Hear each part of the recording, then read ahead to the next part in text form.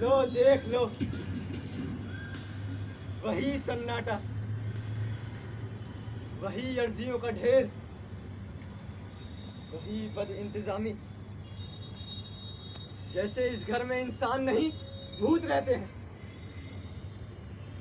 दिवाली का दिन है लेकिन यह मनहूसियत ही बिखरी हुई है।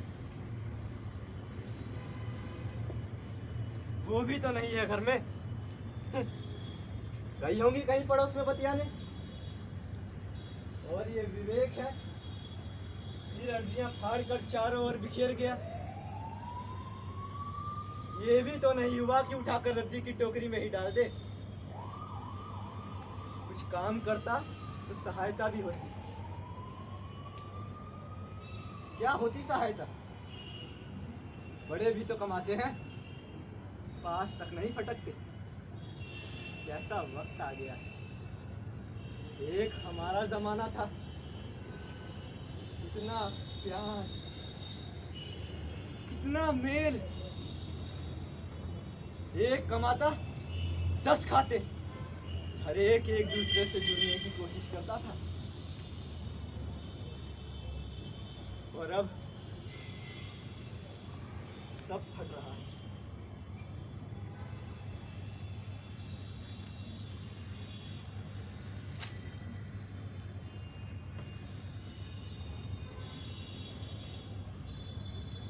हे भगवान, अब जब तक कोई नहीं आ जाता मुझे यही इंतजार करना पड़ेगा।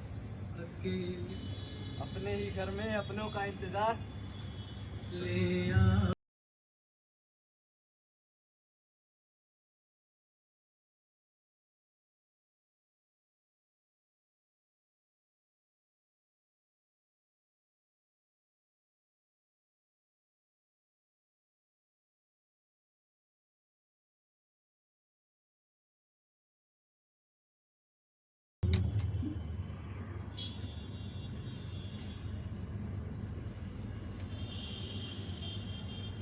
मैं पूछती हूँ कब होगी पूजा?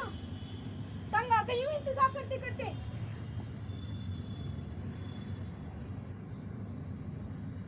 क्या कहा? पूजा? जरा ठहरो, आते ही होंगे सभी। मैं अब और नहीं ठहर सकती। पिछले 3 घंटे से आप यही कह रहे हैं। मैं कहती हूँ कोई नहीं आएगा। कोई कैसे नहीं आएगा? घर की पूजा में घर वाले ही ना हो तो पूजा का क्या मतलब? यही तो मौके होते हैं जब सब मिल बैठ पाते हैं। मिलकर बैठ पाते हैं नहीं, मिलकर बैठ पाते थे कहिए। अब कोई नहीं बैठ सकता। फुर्सत किसे है? फुर्सत? बचपन से 40-40 व्यक्तियों के बीच में बैठकर मैंने पूजा की है।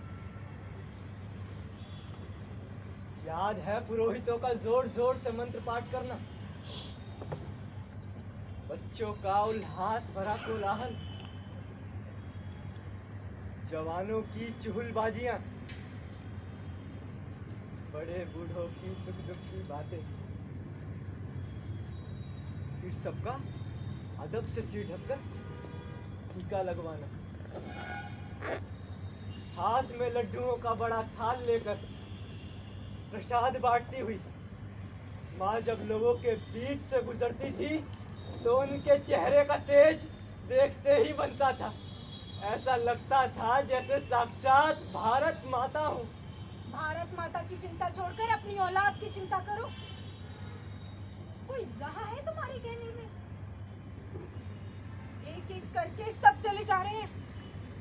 दया करके तुम अब अंदर चली जाओ। मैं एक बार फिर शरद को देखने जाता हूँ। अशोक के पास विवेक गया है और दित्ती को मैंने इंदु के पास भेजा है। और मनीषा? मनीषा को किसके पास भेजा है? उसे मैंने कहीं नहीं भेजा। मेरे कहे कहीं जाती है वो क्या? गई होगी कहीं अपनी इच्छा से।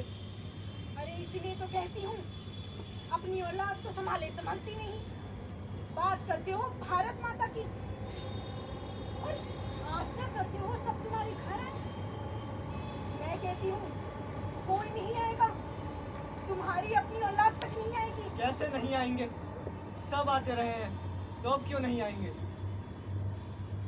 अच्छा, मैं पूछती हूँ पाठशाल कितने आ गए थे? पाठशाल? वो आए तो थे। अशोक और कौन आया था? क्यों बेकार याद करने की कोशिश करते हो? 4 भाइयों में बस अशोक आया था, वो भी अकेला। और देख लेना, इस बार तुम्हारे अपना बेटा बेटी भी नहीं आएंगे। सब आएंगे।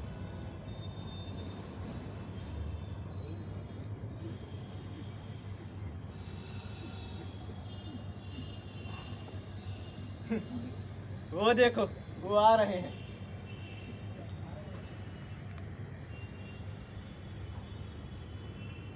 ये तो दीप्ति और विवेक हैं।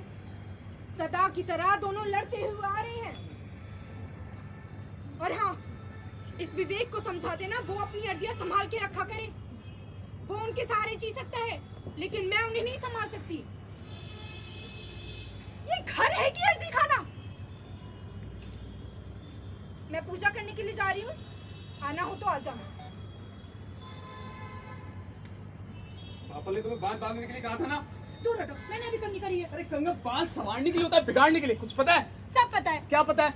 यही कि तुम बुर्जाई भाषा बोलते हो। सवार बुर्जुआई भाषा है। और नहीं तो क्या? ऐसा शैम्पू लगाइए, वैसा तेल लगाइए, ऐसा जूड़ा बनाइए, वैसा जूड़ा मत बनाइए। बंगाली जूड़ा, पिरामिडी जूड़ा, अयोध्या शैली की चोटी, दक्षिण शैली की चोटी, बॉब हेयर, पोनी टेल। अरे बाबा, हमें जैसा पसंद है हम वो करेंगे। तुम कौन होते हैं हमें रोकने वाले? हमें ऐसा पसंद है और हम ऐसा ही करेंगे। आ गए तुम दोनों। पूछता हूँ, तुम दोनों लड़ते ही रहोगे या कुछ करोगे भी? तुमसे ही कहता हूँ विवेक,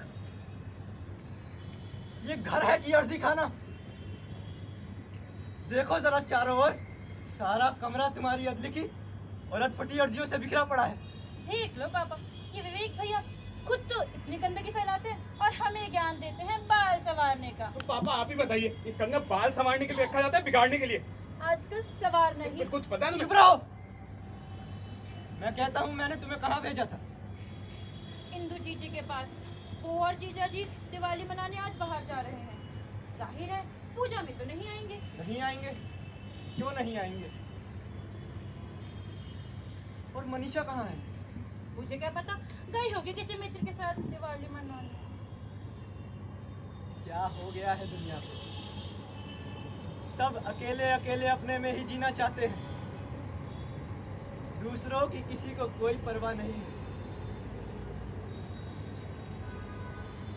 एक हमारा जमाना था, बड़ों की इजाजत के बिना कुछ कर ही नहीं सकते थे। अरे पापा, आपका जमाना कभी का बीत गया और बीते जमाने की धड़कनें सुनने से अच्छा है वर्तमान की सांसों की रक्षा की जाए। पर कुछ लोग हैं जिन्हें बीते इतिहास में ही रहना अच्छा लगता है। बंद करो ये किताबी भाषा। हमें भी कुछ पता है। जो बीत जाता है वो इतिहास बन जाता है, वही अपना होता है। उसे भुलाकर वर्तमान की रक्षा कैसे की जा सकती है? लेकिन मैं पूछता हूँ, तुम अब तक थे कहाँ?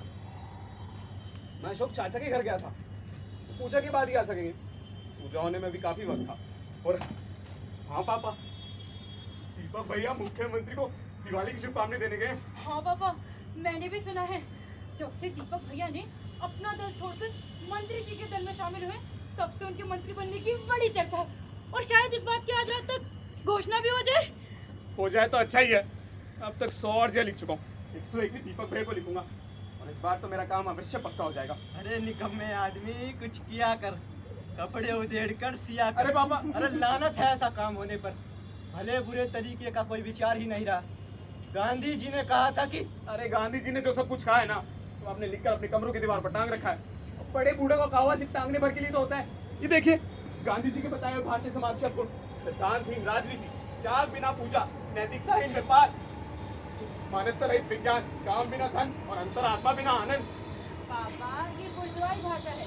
इसका युग अब बीत चुका है। भला राजनीति का सिद्धांतों से, धन का परिश्रम से, आनंद का आत्मा से और त्याग का पूजा से क्या संबंध? युग बीत जाता है, लेकिन नैतिकता हमेशा जीवित रहती है। लेकिन उसका अर्थ बदल जाता है पापा। तो दीप्ति की दृष्टि में संवरने के ही अर्थ बदल गए हैं। तुम लोगों की भाषा मेरे समझ में नहीं आती। और हमें आपकी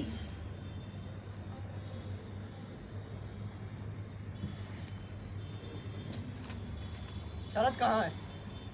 हाँ पापा, शरद भैया भी भाभी के साथ दिवाली मनाने होटल गए हैं। पापा अब जल्दी पूजा कर दो, हम भी वहाँ जाएंगे। तुम वहाँ नहीं जाओगी, क्यों नहीं जाएंगे? क्योंकि मैं कहता हूँ, आखिर मैं तुम्हारा पिता हूँ। आप हमारे पिता हैं, इसमें कोई संदेह नहीं, लेकिन आप हमें इसलिए नहीं रोक रहे। आप हमें इसलिए रोक रहे हैं क्योंकि आप हमें पैसे देते हैं। पिता तो आप शरद और इंदु मनीषा के भी हैं, लेकिन क्या आप उन्हें रोक सके? मैं आप पर आश्रित हूँ, का गुलाम नहीं।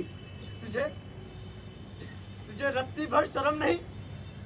तुझे मालूम है तू क्या कह रहा है? जो है वही कह रहा हूँ, जो होना चाहिए वो नहीं।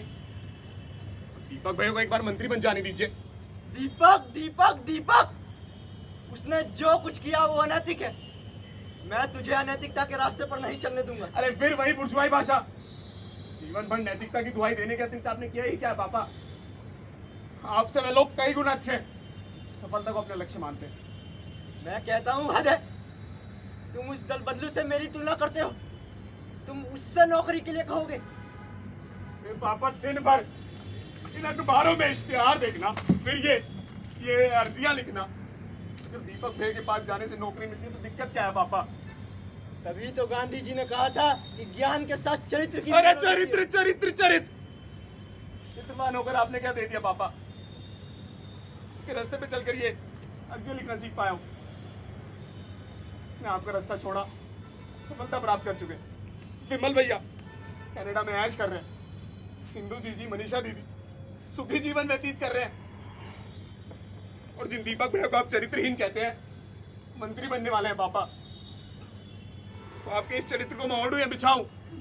जाहिर है बिछाना चाहिए, ओढ़ना तो गुलामी होगी। बहस बहस बहस, मैं कब तक इंतजार करूंगी? तुम लोग आते क्यों नहीं? हाँ पापा, चलो जल्दी से पूजा कर लेते हैं। पूजा में समय ही कितना लगता है? 5 मिनट। पंडित जी तो आए नहीं, एक बार आप गायत्री मंत्री पढ़ लीजिए। गायत्री मंत्र पढ़ना है तो वो तो यहाँ भी पढ़ सकते हैं, उसके लिए पूजा की क्या जरूरत? पूजा की जरूरत है, वो हमेशा से होती आई है। वर्ष में एक बार लक्ष्मी जी सबके घर आती हैं। क्यों नहीं कर दी? मैं लक्ष्मी जी को भी लिख दूं? चुप! देवी देवताओं का मजाक उड़ाता है। चलो भैया, लकीर पीटनी है पीट लो, जब तक पीटी जा सके।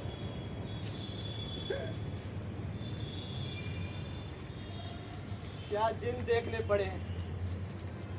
40-40 व्यक्तियों के बीच में बैठकर पूरे विधि विधान के साथ घंटा घंटा भर पूजा की है। सब समाप्त हो गया,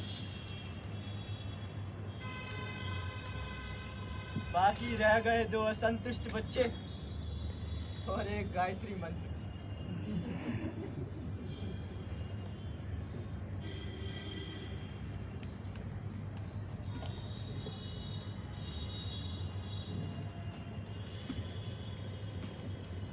दीपी, दीपी, दीपी, क्या हुआ मम्मी? अब क्या है? अभी मनीषा कहाँ रह गई? ओहो मम्मी, तुम भी ना, मनीषा दीदी बालिक है, चली गई होंगी किसी मित्र के साथ दिवाली की रात मनाने। उसके लिए हम कुछ नहीं रहे, ये घर कुछ नहीं रहा, किसी ही सब कुछ हो गया। अरे सहने की बेहद होती है। सहने की कोई हद नहीं होती मम्मी।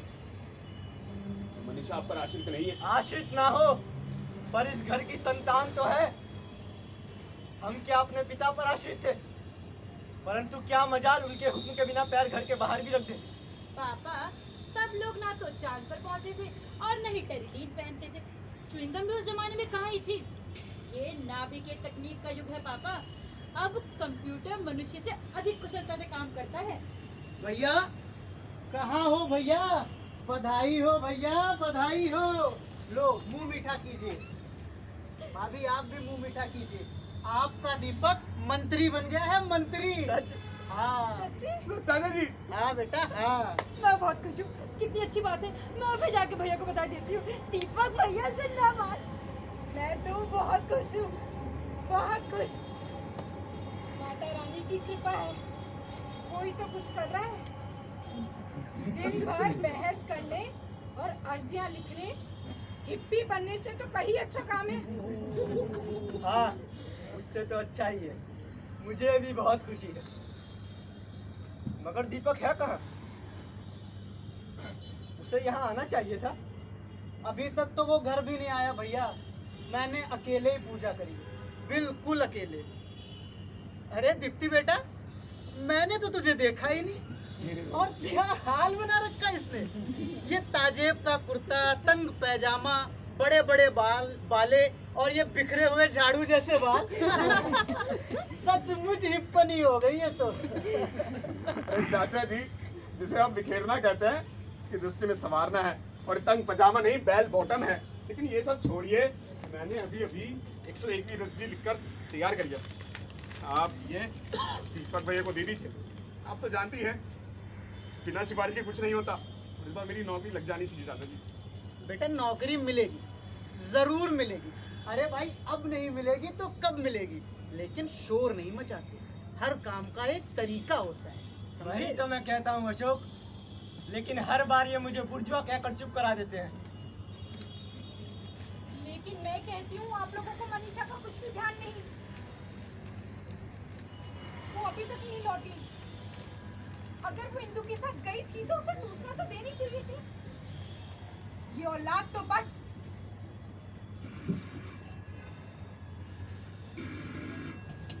हेलो, हाँ मैं विवेक बोल रहा हूँ। आप देना कोऑपरेटिव बैंक से रीना बोल लिए ना। ओ मनीषा दीदी, आप है कहाँ? क्या पापा को फोन देता हूँ।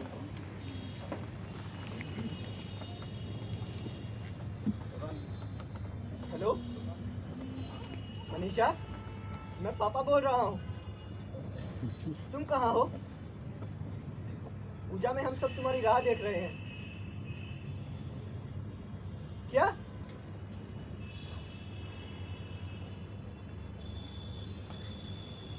तुम घर नहीं आओगी? क्यों? नहीं, ये सब झूठ है। कह दो ये झूठ है। नहीं। क्या हुआ? बोलते क्यों नहीं? क्या हुआ? बोलो ना पापा, क्या हुआ? मनीषा ने शादी कर ली।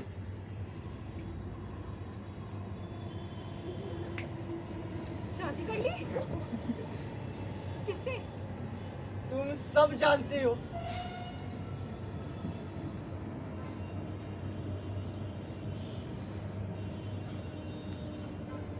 तो मनीषा ने असद से शादी कर ही ली। मनीषा दीदी ने शादी कर ली और हमें बताया भी नहीं। वही तो, मैं बहुत खुश हूँ। मैं अभी दीदी को बधाई देती हूँ। मनीषा दीदी जिंदाबाद। शांत हो जाओ तुम लोग। आखिर मैं ये जानना चाहता हूँ, ये असद है कौन? लेक्चरर है। उसी कॉलेज में पढ़ाता है जिसमें मनीषा पढ़ाती है। तो आपको पता था कि वो उससे शादी करना चाहती है?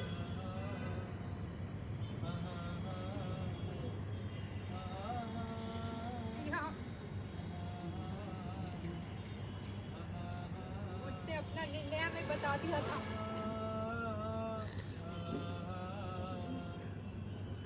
हमने बहुत समझाया लेकिन वो अपना निर्णय बदलने को तैयार ही नहीं हुई। बदलने की जरूरत क्या थी? उसने एक आदमी से शादी करी है। उसका व्यक्तित्व है, स्वस्थ है, सुंदर है और खूब कमाता है। एक हिंदुस्तानी को अपनी बेटी के लिए इससे अधिक की क्या जरूरत है? वही तो, ये देश के नेता कहते नहीं थकते थे कि आने वाली पीढ़ी को ये भेद की दीवारें तोड़ डालनी चाहिए। लेकिन जब हम ये दीवारें तोड़ते हैं तो यही नेता पिता बनकर हमें रोकते हैं। ये नेता और पिता एक ही आदमी के दो मुखौटे हैं। चुप हो जाओ, बहुत बोलते हो तुम दोनों। भैया, क्या आप अब भी इस विवाह को रुकवाना चाहते हैं? तो दीपक को कहने से शायद कुछ हो जाए। आखिरकार वो मंत्री है। अब कुछ करने की जरूरत नहीं है। वो बालिग है और कमाती भी है। हाँ, अब कुछ नहीं हो सकता। मैंने मनीषा को खो दिया।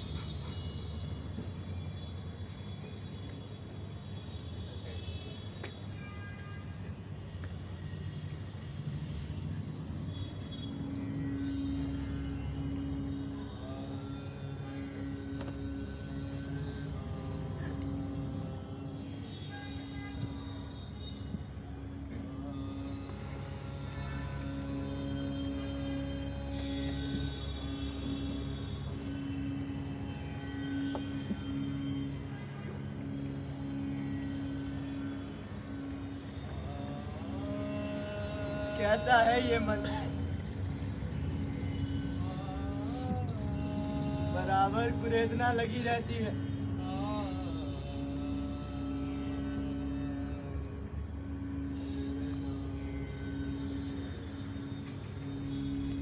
कभी सोचता हूँ दूर कनाडा में बैठा विमल कैसा है।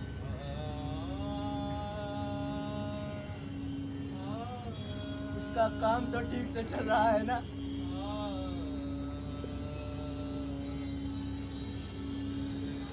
कभी इंदु के बारे में सोचता हूँ।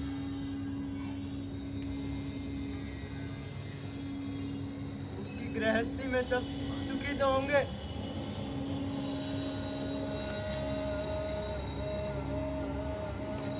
फिर शरद का ध्यान आ जाता है। वो अपने स्वास्थ्य का ध्यान तो रखता है कि नहीं। उसकी पत्नी उसे पूरी तरह सहयोग करती है कि नहीं।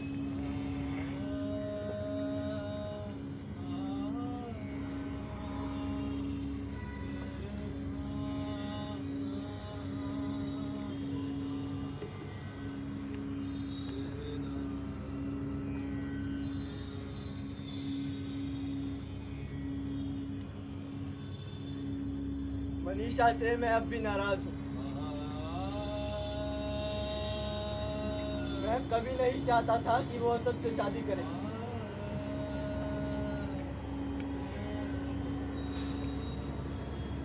पर फिर भी मेरा मन सबसे अधिक उसी के लिए चिंतित है।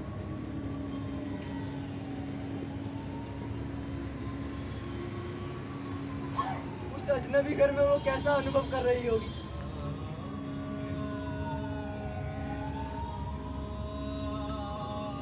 वो दुखी तो नहीं है।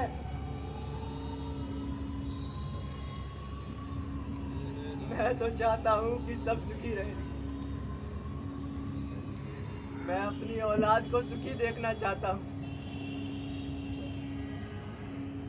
दिल से चाहता हूँ।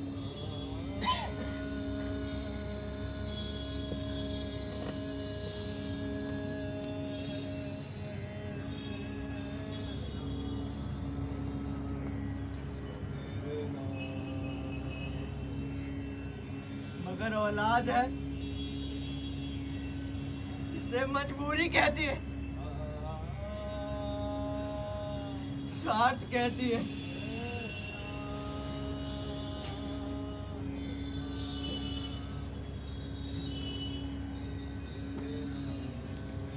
करुणा, मैं बाप हूं ना।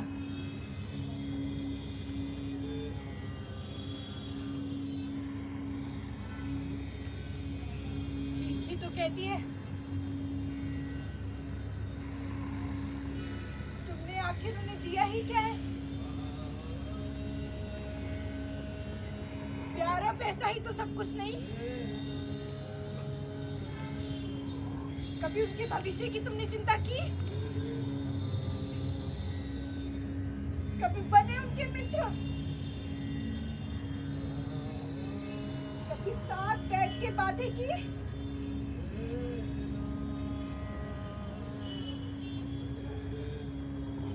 और अब जब वो अपना अपना मार्ग चुन रहे हैं तो तुम्हें ये खटकता है?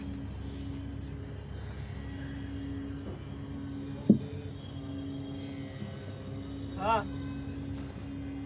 ये तो सही है कि मैं उनका भविष्य बनाने के लिए कुछ नहीं कर पाया,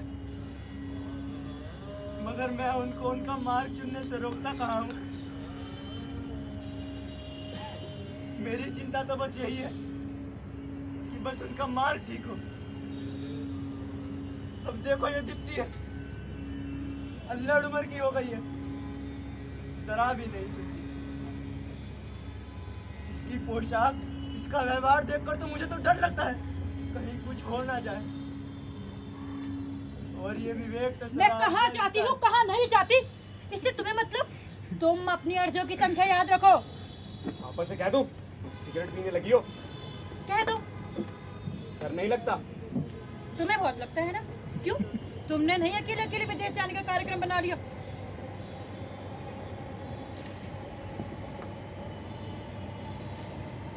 तो आ गए तुम लोग? कहाँ से इतने थे? विवेक?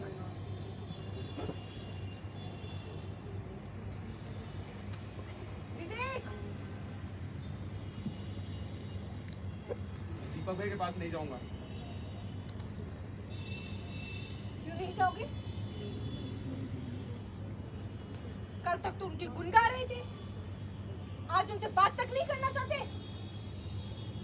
वो अच्छे से बात भी नहीं करते मम्मी, खुद चाचा जी की भी नहीं सुनते।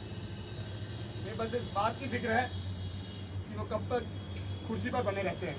हाँ मम्मी, मैंने भी सुना है दीपक भैया की 15 दिन की सत्ता अब खत्म होने वाली है। उनकी सरकार का पतन तो अब निश्चित है। तो यूं क्यों नहीं कहते कि तुम्हारी 101वीं अर्जी भी बेकार हो गई? हो जाने दो, अर्जियां नहीं लिखूं, तो करोगे क्या? इसलिए मैंने निश्चय किया है सफलता प्राप्त कर कर रहूंगा। 5 साल के लिए विश्व भ्रमण पर जा रहा हूँ। शाबाश मेरे भैया, शाबाश। चुप। क्या? विश्व भ्रमण? वो किस लिए? क्योंकि इस देश में अर्जियां लिखने के अतिरिक्त कुछ होता ही नहीं। करने को क्या इस देश में कुछ नहीं?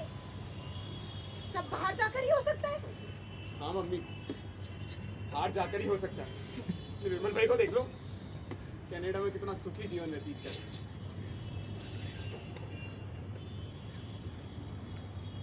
ये तेरा अंतिम निर्णय है।